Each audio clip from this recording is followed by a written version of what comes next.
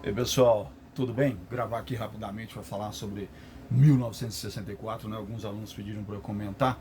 E é óbvio que a minha ótica é jurídica e a minha ótica é contextualização histórica, ok? Não é ideológica. Muito bem. Em 64, qual que era o contexto histórico que a gente vivia no mundo? A Segunda Guerra Mundial havia acabado em 1945 e com a Segunda Guerra Mundial o mundo se dividiu em duas lideranças chamadas de dois blocos, né? Uma liderada pela União Soviética, que seria o bloco socialista ou comunista, né? Para o caso aqui que eu estou querendo explicar, pode ser utilizado como sinônimos, não são, mas pode ser utilizado como sinônimos. E o outro era o bloco liderado pelos Estados Unidos, chamado de bloco liberal, capitalista, né? Foi mais ou menos isso que aconteceu. Ainda durante a Segunda Guerra Mundial, à medida que a União Soviética, os exércitos avançavam, ganhando terreno, território na Europa, derrotando os alemães, eles permaneceram, ou seja, finda a guerra, eles não retiraram seus exércitos, eles continuaram com a sua área de influência. Isso também se explica historicamente, né? Hoje é óbvio que seria mal visto a ideia de um país ocupando outro país, mas à época pareceu razoável para a Rússia manter-se numa área de influência até para proteção do seu próprio território.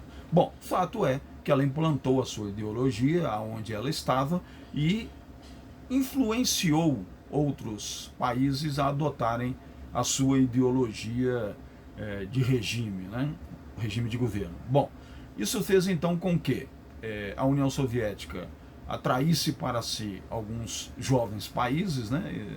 Foi um momento da descolonização na África e na Ásia, e aí a gente teve alguns países que aderiram a esse bloco: Angola, Moçambique, Vietnã, Cuba, alguns países que aderiram a esse bloco, e outros países se mantiveram sobre a influência dos Estados Unidos da América do Norte, especialmente aqui na América Latina, né, América Central e América do Sul, onde os Estados Unidos defende que é sua área de influência. Muito bem. Então, o medo da implantação do comunismo nesse período, ele era um medo mundial. Havia esse medo no bloco capitalista, havia o medo da implantação de um regime comunista. Esse medo era real. A Guerra Fria, né, esse período é chamado de Guerra Fria, porque os exércitos dos Estados Unidos nunca enfrentaram os exércitos da antiga União das Repúblicas Socialistas Soviéticas. Nunca houve um enfrentamento propriamente dito. Ou seja, eles treinavam outros exércitos, vendiam armamento, injetavam dinheiro, punha militares como consultores militares em outros países, mas um exército nunca enfrentou o outro. Daí o nome Guerra Fria, que vem a ter seu fim com o marco da queda do Muro de Berlim em 1989. Bom, então em 64 o Brasil vivia esse cenário também, não era só o Brasil, né, países vizinhos aqui também viviam esse cenário, e o medo do comunismo era um medo real. Não que isso justifique uma ditadura militar, mas era um medo real. Muito bem. Qual que era o cenário brasileiro? O Jânio Quadros estava no poder e renuncia em 1964. O seu vice-presidente é o João Goulart. Vejam bem, à época a eleição era diferente daquela que do mecanismo da eleição atual. Na eleição atual você vota em chapa. Quem vota para presidente, o mesmo voto é para o vice-presidente também.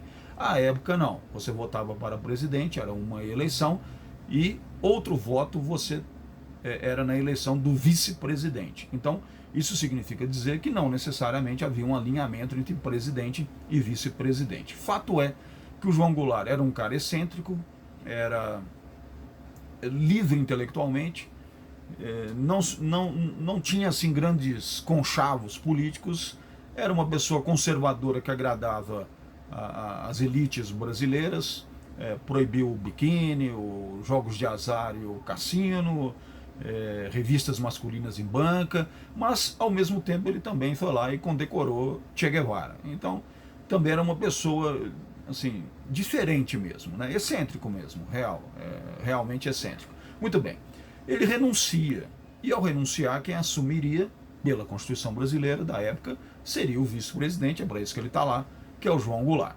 Só que o João Goulart à época era tido como uma pessoa Mas à esquerda, vejam bem, se você olhar com os padrões de hoje, você não vai achar o João Goulart uma pessoa à esquerda. Hoje você faria essa análise, mas à época ele soava muito à esquerda. Por quê?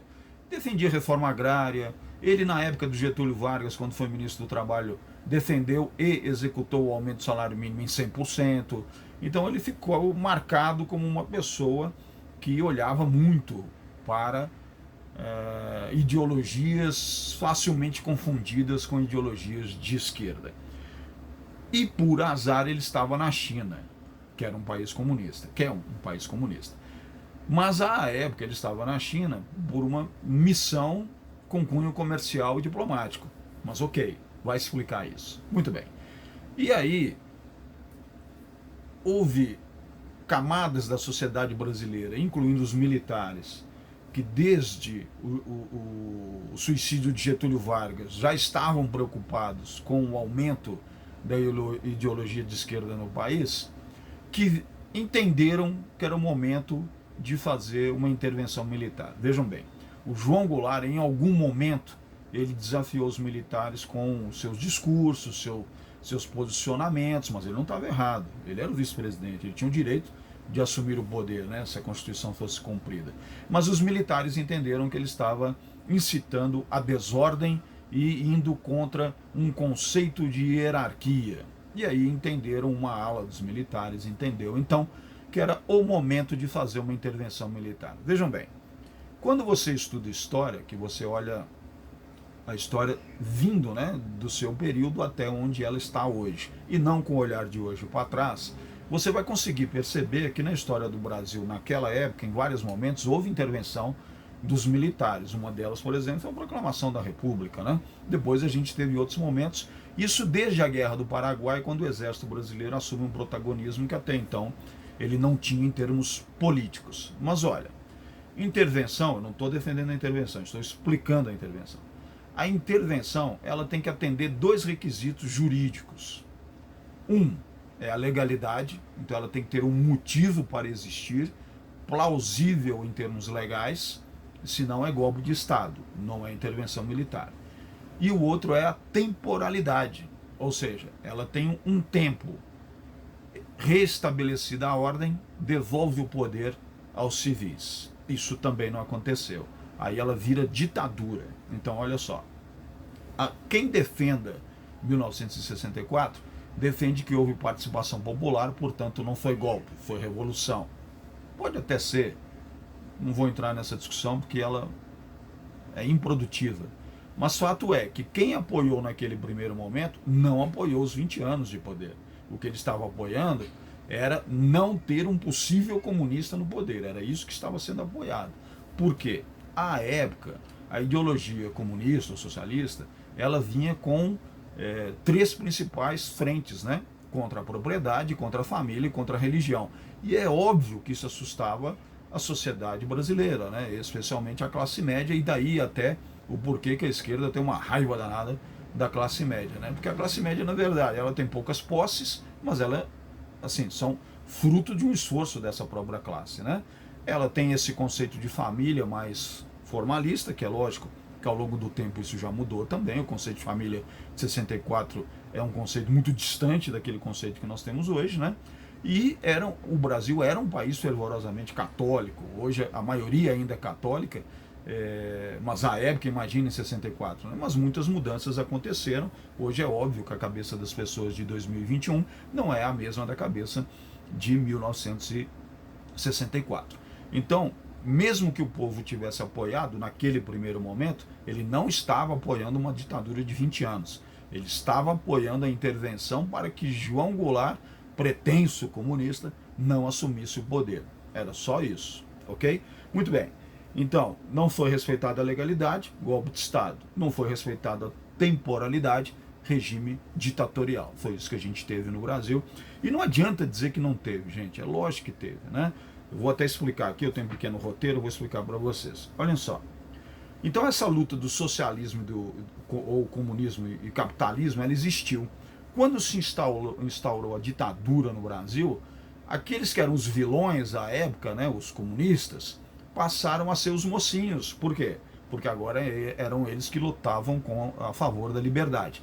E aí, não se engane, o ideologicamente comunista, ele não luta por liberdade, ele luta por um regime comunista do qual a ditadura faz parte, né? Mas muito bem, naquele momento, qualquer um que lutasse contra a ditadura militar de direita era considerado comunista, né? Então é mais ou menos como hoje. Se você é contra o Bolsonaro, você é comunista. Se você é contra o PT, você é fascista, né? O Brasil é atrasado demais, né? Mas muito bem. Então houve essa virada com o passar do tempo.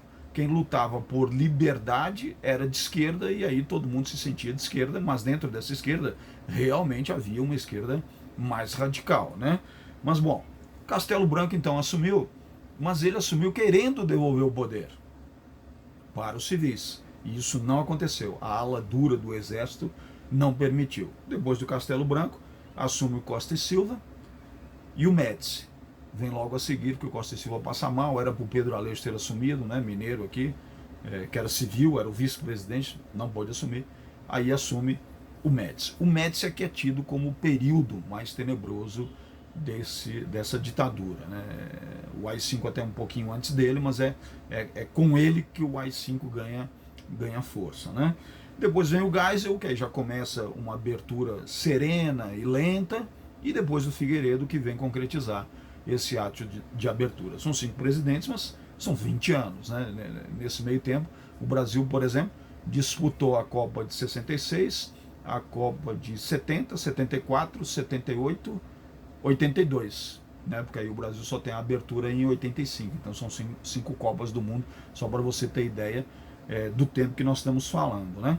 Aí teve as eleições indiretas, ganhou o Tancredo Neves, tendo José Sarney como vice-presidente, perdeu o Maluf no colégio eleitoral. Mas aí o Tancredo vem a falecer e assume o José Sarney. O resto vocês já conhecem, né? E a nossa Constituição Democrática é desse período, 1988, logo depois então da abertura da ditadura, né? Que é da ditadura, abertura democrática. Olhem só, por que foi uma ditadura? Tem gente que defende, não, foi só um regime militar. Não, foi ditadura, tá? Isso, assim, não pode ser tão dolorido, gente. É uma página da história, tem que ser enfrentada e não é para ser comemorado. Ditadura é ruim, venha ela de onde vier. Seja de esquerda, seja de direita, ditadura é ruim para quem é democrata, né? Então, olha só, foi um período onde houve o recesso do Congresso, o Congresso saiu de férias, ou seja, o Executivo decretou as férias do Congresso, só voltou para promulgar, para aprovar a eleição, né, de um dos presidentes nesse período.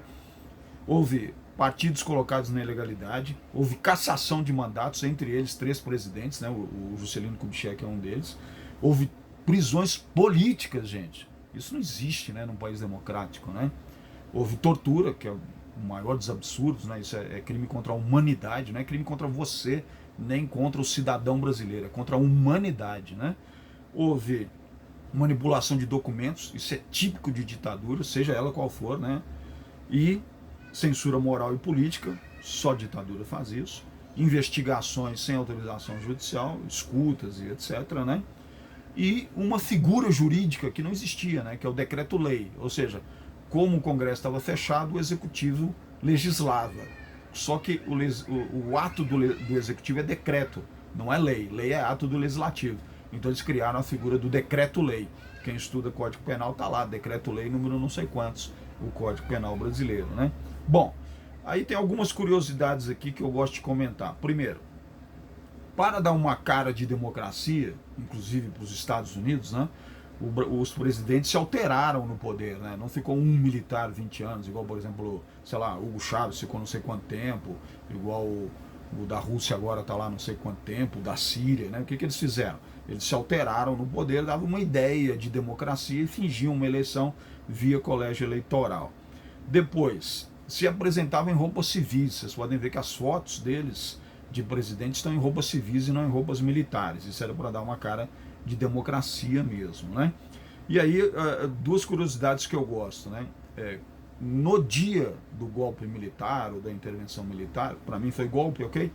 Da intervenção militar, Brasília já era a capital do Brasil, mas tropa de Minas Gerais ela marchou para o Rio de Janeiro, que era a ex-capital do Brasil. Isso não foi à toa, é porque lá haviam tropas leais ao Jango e aí havia um medo realmente de uma guerra civil com a intervenção militar. Então as tropas aqui de Minas Gerais elas marcharam para o Rio de Janeiro. E outra curiosidade, é por isso que eu estou até me manifestando hoje, é de que a intervenção, ou o golpe, ocorreu na madrugada de 31 de março para 1º de abril. Então, na verdade, a ação mesmo se deu no dia 1º de abril, não no dia 1º, não no dia 31 de março. Mas, para azar dos militares, 1º de abril é dia da mentira. Então, se entendeu que era melhor dizer que tudo aconteceu no dia 31 de março. Aconteceu, foi dia 1º de abril. Viu, gente? Bom, a intervenção é comemorada por alguns militares como uma ideia de que ocorreu sem nenhum disparo, sem nenhum tiro.